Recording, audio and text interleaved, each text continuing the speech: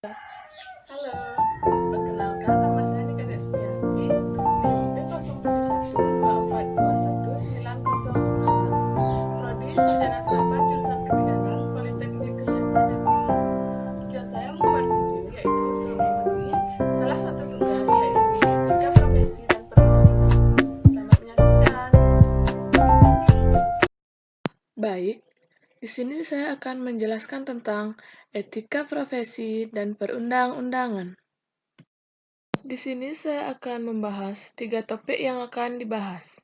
Yang pertama yaitu kode etik profesi kebidanan, yang kedua yaitu belajar sepanjang hayat, dan yang ketiga yaitu karakter bidan yang meningkatkan profesionalisme praktek kebidanan.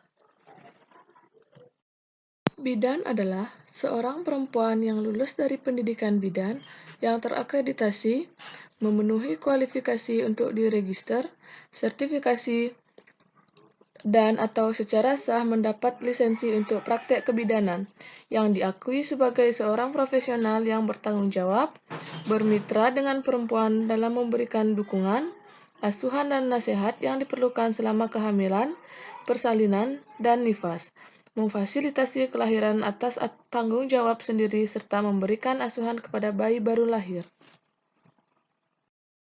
Definisi kode etik.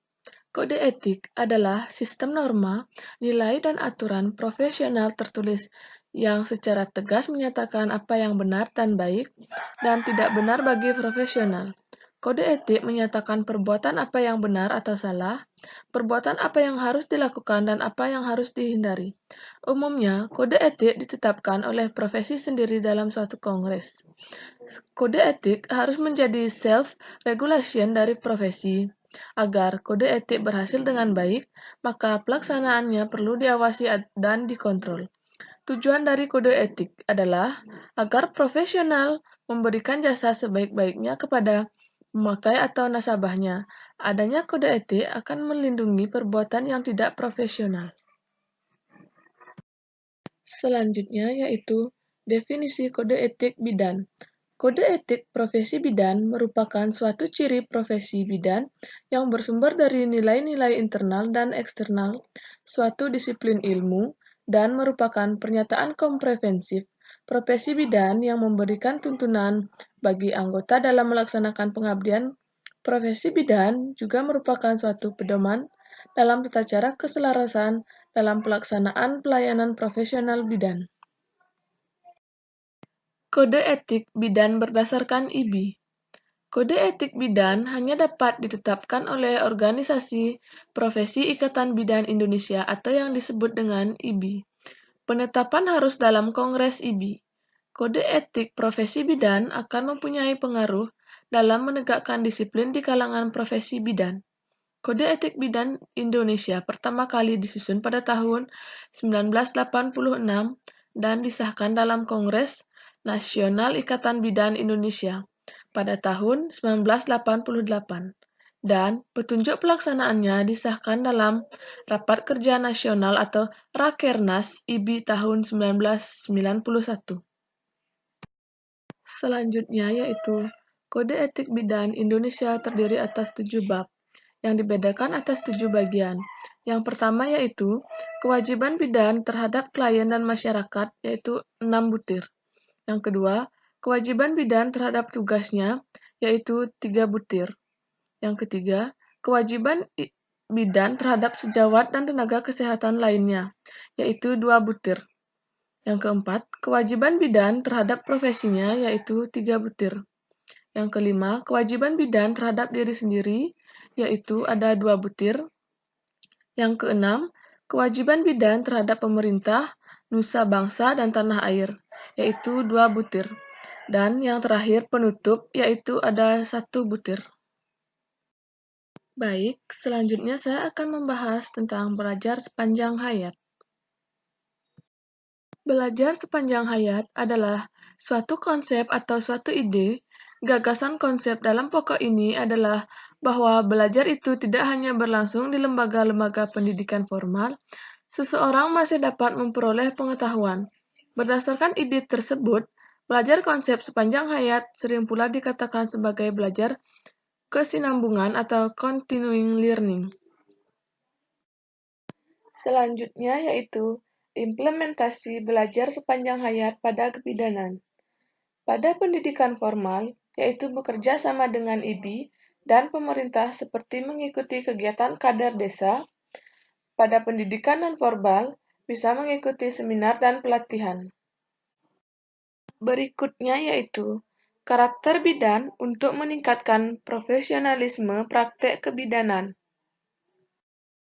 Profesi bidan. Profesi adalah pekerjaan yang membutuhkan pelatihan dan penguasaan terhadap suatu pengetahuan khusus.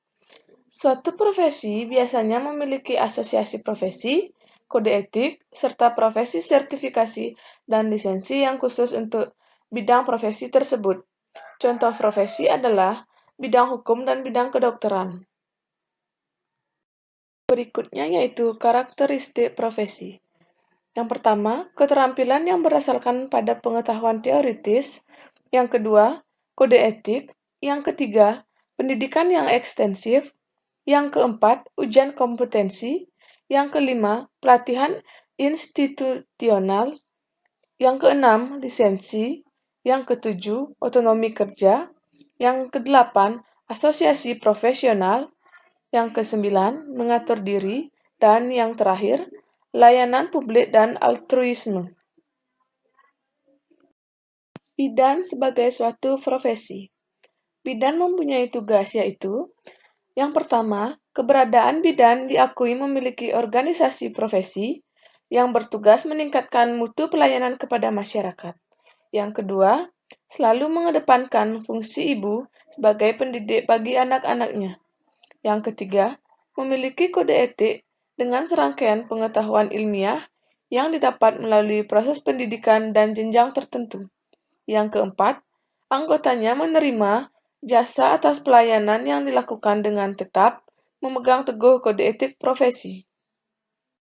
Selanjutnya, bidan sebagai profesi memiliki ciri-ciri tertentu.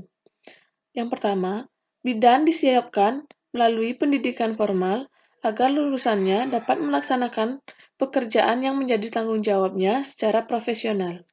Yang kedua, bidan memiliki hal yang dijadikan panduan dalam menjalankan profesinya, yaitu standar pelayanan kebidanan, kode etik, dan etika kebidanan.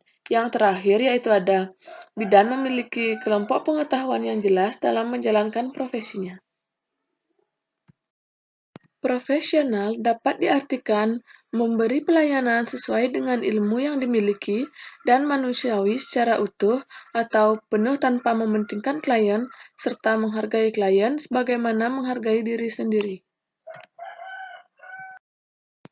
Kriteria-kriteria perilaku profesional yaitu karakter yang harus dimiliki seorang bidan. Yang pertama, sehat jasmani rohani. Yang kedua, berpenampilan yang menarik. Yang ketiga, kejujuran. Yang keempat, cerdas. Yang kelima, peduli. Dan yang terakhir yaitu ada tanggung jawab. Selanjutnya yaitu profesionalisme jabatan bidan. Bidan tergolong jabatan profesional.